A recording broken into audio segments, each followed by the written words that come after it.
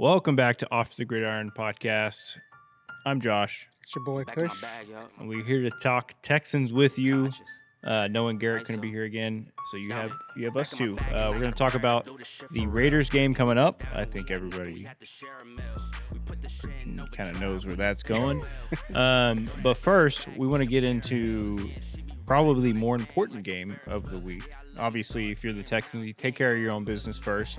But as Texans fans, I think most of us are going to have a side eye on that Broncos-Jacksonville game, see what's going on there, and hoping that the Broncos can win.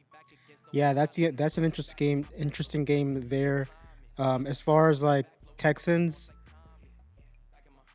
we would want the Jaguars to lose to the Broncos Yes. to even have a chance to win the division. To me, this is the game of the week in the NFL. I mean, You think so? Yeah. I think so. Yeah, and we talked about it on Play Action Takes, our Apollo NFL podcast here at Apollo. This game should be a primetime game. Yeah, I can't believe it's a 305 game. Yeah. Two stacked, two of the top four teams in the AFC. Big consequences either way.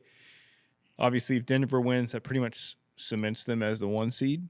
But as Texans fans, you would rather take that and then hopefully be able to steal the division out from under the Jacksonville. Going into that, I don't know. It's tough because it seems like on paper that Denver should be able to take it with how well they've been playing. But lately, Trevor Lawrence and Jacksonville have been rolling. Their offense has been working. Their defense has stepped up. So I really don't know what to expect. What are your keys into that game? You know, when you're watching that as a Texans fan, what are you looking for? So as a Texans fan, what I'm looking for in this Jags and Broncos game is how does Trevor Lawrence respond to immense pressure that Denver is going to bring? Yeah. I think It's a great defense over there. Yeah, I think you can kind of use that, and if Trevor Lawrence struggles against pressure, that's something the Texans can use. I know we've already seen them 2 times. Yeah. The first game didn't go as we wanted, but I think that first game with Jacksonville, I tweeted this the other day. Both the quarterbacks, Trevor Lawrence and CJ Stroud, were completely different players back then. They're way better players now than they were back then. And Trevor Lawrence, like you said, is on a roll. He just threw 6 touchdowns against the Jets last week. They look totally different than even when the Texans saw them 6 weeks ago. I like that about the pressure. The Texans did finally in that fourth quarter of the game. They came back and won. They gave up 26 points, which is the last time they gave up that many points, right? Or they gave up 29 points. 29 points. Since then, the most they've given up is 23. Since then is 20 to the Arizona. The 20 to Arizona. 20 to Arizona, yes. Yeah. So it's like basically since that third quarter of that game, the Texans defense has locked in. But you saw that in that fourth quarter, Trevor was having to run around. The pressure was getting to him, and they couldn't go down and score at all that entire fourth quarter. So you hope that Denver can do that with them. We'll see. It's just one of those games. I'm just gonna be. I could go either way. Really, I'm excited for it. Definitely gonna be rooting for Denver in that game. What is your prediction for the score for that game? So, Play Action Takes is gonna come out on Tuesday. We're filming this on Monday. Okay. So I guess you guys will get my pick. On OTG before PAT comes out. I actually picked the Jaguars to win this game. The reason I think the Jaguars can win this game is I think Jacoby Myers, ever since they've gotten him in there, has been a game changer on offense. Trevor Lawrence is playing very well right now. Yeah. And Denver did kind of give up some yards last week against the Packers. That's fair. And I think the Jaguars right now, if it wasn't for the Texans, they're the hottest team in the league right now. Yeah. They are. Since basically they'd also be on a 6-game win streak if they didn't lose to the Texans. Yep, so that's right. I'm excited for that. I think I'm going to just be a homer and say 23-19 Denver. I hope Bo Nix has some late game magic in him. They come back and they go down the field and win it. That's what we're hoping for. Before we get into the Texans-Raiders game, let's hear from our sponsor, Underdog. Playing on Underdog is easy. Just pick whether your favorite players will go higher or lower in certain stats like rushing yards, receptions, touchdowns, and more. I like to do receptions personally. Get your picks right, and you can win up to 5,000 times your cash. With football going on, this is the fall, the winter break. This is a fun time to do some little sports fantasy. Download the app today and use promo code OTG to score $75 in bonus entries when you play your first $5. That's promo code OTG. What is your picks for this Texans versus Raiders game? My pick for this Texans versus Raiders game is C.J. Stroud higher than 0.5 first half touchdowns. Okay, I like that a lot. Yeah, I think, we know the Texans' struggles in the third quarter. Yeah. They just seem, that seems to be their kryptonite. And I think with CJ rolling right now, he's been playing really well in these first halves. So okay, you get up to an early lead. I think he's gonna smash that number, honestly. All right, I do too. I if I was picking TJ, I think I would pick 3 touchdowns this week. Yeah. I'm gonna take Ashton Genty lower than 44.5 rushing yards. I think they're gonna shut him down. I think the kid has a bright future, but this Las Vegas Raiders offense, we're gonna get into this in a bit. They're not great. Not at all. They're gonna be down early. I think they're gonna be throwing the ball as much as they can. So I'm taking Ashton Genty lower than 44.5 rushing yards. Underdog, make picks, win money. Take it away, Josh. Must be 18 plus, 19 plus in Alabama and Nebraska, 19 plus in Colorado for some games, 21 plus in Arizona, Massachusetts, and Virginia, and present in a state where Underdog Fantasy operates. Terms apply. See assets.underdogfantasy.com/web/play and get terms. _DFS_.html for details. Offer not valid in Maryland, Michigan, New Jersey, New York, Ohio, and Pennsylvania. Concerned with your play? Call 1-800-GAMBLER or visit www.ncpgambling.org.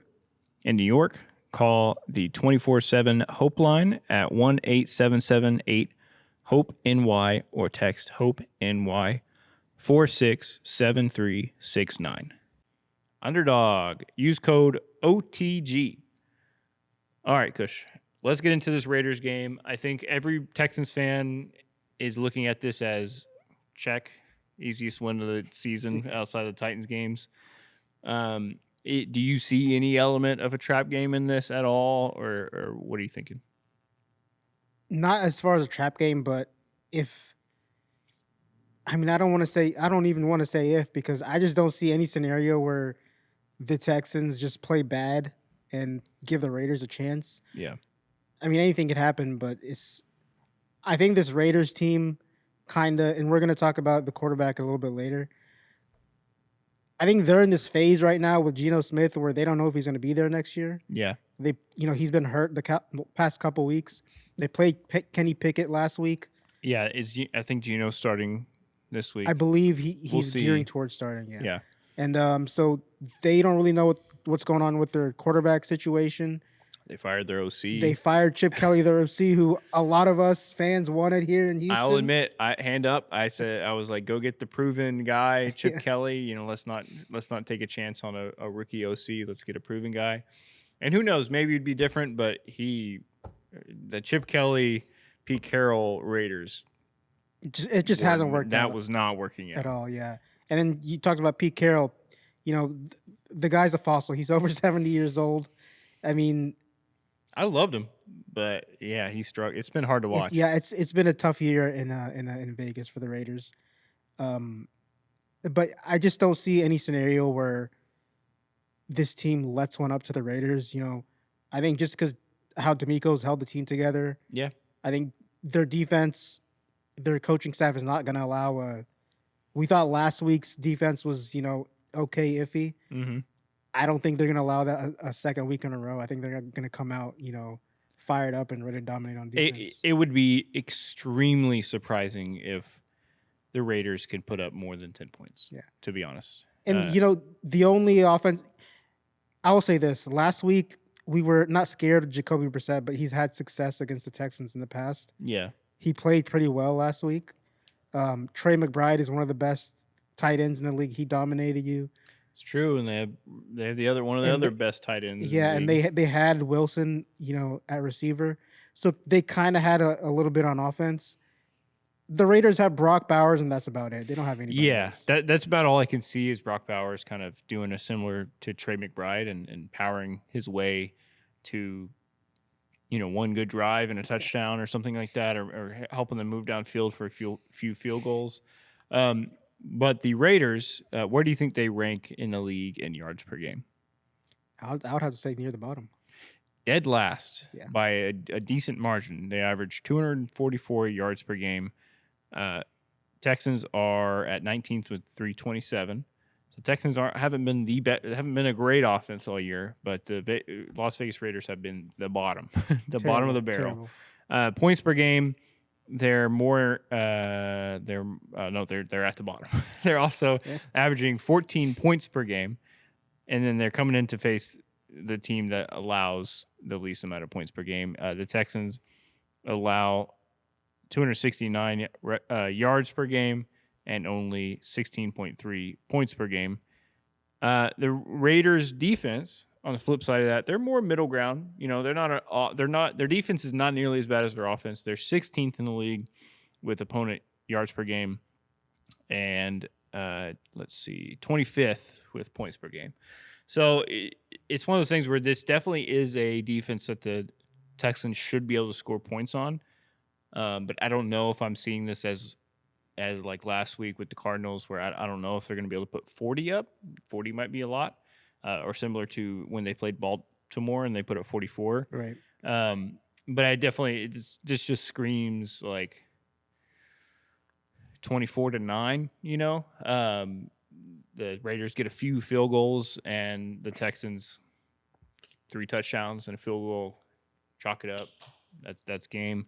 But this also, what I would love to see, and I hope Miko's preaching it this all week in the practice, this is a prime opportunity to have your first shutout of the season, or second shutout of the season. Sorry, they shut out Tennessee earlier in the year. Anytime as a defense you can hold a NFL team to 0 points, I feel like that is like a gold star, banner for you. And so that's something to strive for, even when you're playing a bad team. It's like we're not going to let them score anything. We're not going to let them get past the 50, on offense. So hopefully that's the goal.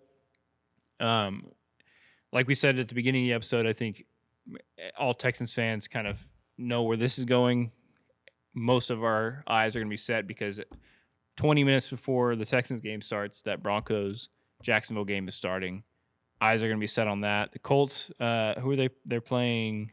They play on Monday night, I believe, the 49ers. Oh, they're the Monday night game? They are the Monday night game. Yeah, so they got Phillip Rivers on primetime Monday night. We'll see what happens there. Probably bad for them. So yeah, all our eyes are going to be set on Broncos, Jaguars on Sunday. I'm excited for it. Not much else to talk about on today's little preview because, it's just kind of wait and see. I mean, just to get this episode running a little bit longer because there's not that much to talk about. One guy I am concerned about is Max Crosby for the Raiders. It's fair. He might give you some problems, but he's about the only guy on their defense that really concerns me. I mean, he's a guy that when you're playing a tough defense, I'm knocking on wood because this is a game where you should have it in hand pretty early. I think the goal would be to get up really early and maybe sit some of your guys because you're coming to the end of the year, getting close to the playoffs. With a tough defensive guy like that, I would be mostly worried about. I think more. I think more than anything, it's a test, another test for the offensive line. Yeah, it is a good test for the line. They've been getting better and better. A great pass rusher, and they're going to face a lot of them in the playoffs. So that's true. That's absolutely true. Yeah, and I wouldn't be surprised if there's a lot of double teams on him on Sunday. But yeah, that's going to do it for this episode. We will be back next week. Hopefully, if the Broncos can take care of business, then you're looking at a big game with the Chargers for the Texans to hopefully clinch the division. Essentially, the Colts can always play spoiler. We're not going to act like that's impossible. But we're big Broncos and 49ers fans this week. Big Broncos and 49ers fans. All right. Thank you for watching and listening and hanging out. Thank you to Underdog for sponsoring, and we will see you next time. Back in my bag and I gotta brag, I do this shit for real. When we was down and we had nothing, we had to share a meal. We put the shit in overdrive with no steering wheel. Shorty throw that thing back in the pair of hills.